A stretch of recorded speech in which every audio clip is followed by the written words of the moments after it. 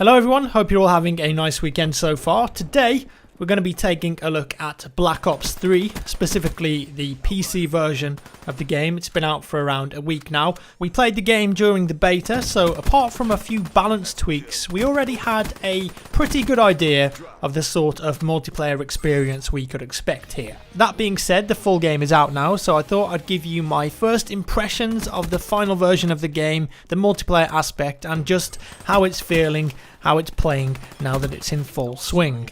Let's start off with the good stuff. If you're a massive COD fan and love it every year, then there's no way you're going to be disappointed. A substantial progression system is present alongside the usual fast movement and solid gunplay. Maps are designed in such a way to try and best use the new wall running movement abilities, which, despite feeling pretty Titanfall-ish, is that a word? We'll make it a word. They do work pretty well in getting around the map, and it flows together nicely with the usual and new COD movement. That being said, it usually is a wall here and there, and it doesn't always flow around the entire map in the same way that Titanfall did. This iteration of the game also introduces character specialists. You pick your class and score streaks as you normally would, but you'll also pick a specialist to play as.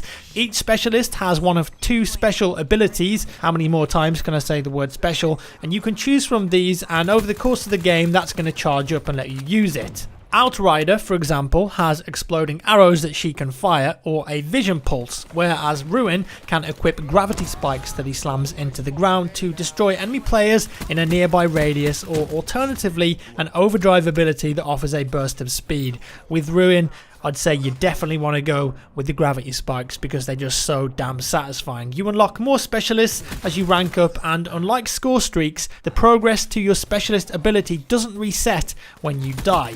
Overall, there's a load of content in this game to keep you happy. A long progression system and of course prestige if that's your bag, as well as a character customization and weapon customization as well that's pretty intricate. Not only that, there's an arena mode, which is the competitive aspect of the game if you want to jump in and level up your competitive character, featuring a protect and ban system whereby every player in the game can choose to protect or ban something they either want to keep or don't want to face. So that could be a weapon, a perk, a score streak, etc. It's designed for people who want a more serious competitive experience, and it certainly provides that. I expect there to be loads of official competitions coming up in the future. And of course that's not all. We also get the zombies mode, which is a ton of fun and arguably a game in its own right. The zombie map is called Shadows of Evil and is set around 1940s in a New York-esque city filled with monsters and things that go bang in the night. There's also a PS4 exclusive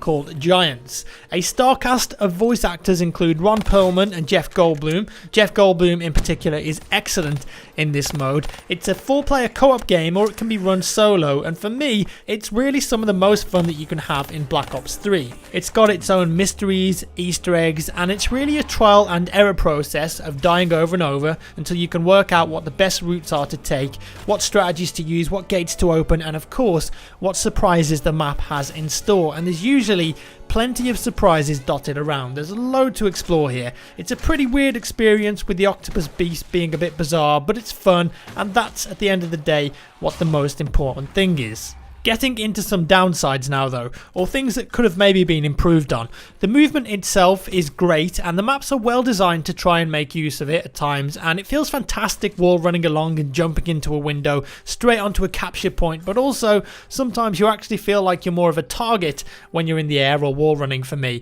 Like, staying on the ground was always the best way to survive in my opinion. Also, whilst the wall running is really good and pretty fun, it's usually only the odd wall here and there that you can properly chain together, like I said, and not on every map, so it doesn't really allow you to flow and do wall runs and boosts on all of the levels. In fact, what's odd is that there is a training mode called Free Run where you can practice just exactly that. It's a virtual level that teaches you to run between objects, a bit like the time trials in Mirror's Edge, let's say. Use your jump boost and wall run between multiple obstacles. It's really fun and it can be played competitively, but in the actual multiplayer, I found that you can't ever really chain together the movements that much. The free run mode also allows you to unlock harder levels to try your hand out if you fancy doing that. Even more annoying is that despite having this large boost, there are still certain small buildings and lanes in the multiplayer maps that you can't boost over. It's clearly made this way for map design and balance, but it's a bit annoying when I can boost all the way to the top of this building only for an invisible wall to tell me that I can't go any further, and I drop to the ground and I've got to walk around instead. There are also some performance and mouse problems like we saw in the beta that are specifically aimed at the PC version of the game that haven't been fixed.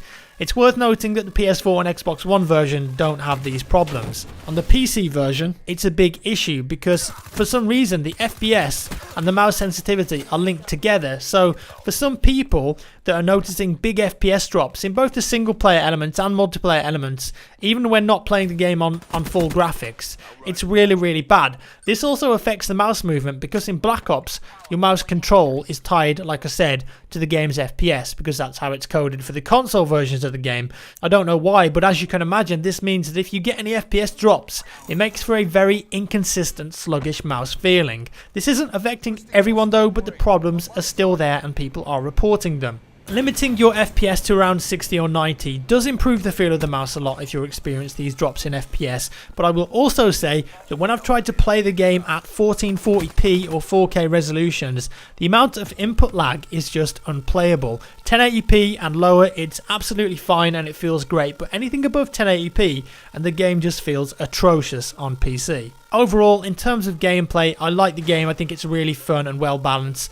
It's got a wealth of modes and upgrades for you to get stuck into, but it's not really reinventing the wheel. Does anyone expect that with COD though? It's the same game we've been playing for years, and it's up to you to decide if that's a good or bad thing. And that's all for today, guys. I hope you enjoyed this video. Let me know your thoughts down in the comments below. Do you have the game on PC or console? What are your impressions? Let me know. As always, give me a thumbs up if you enjoyed the video. Thanks for watching, guys. Enjoy the rest of your weekend, and I'll see you in the next one.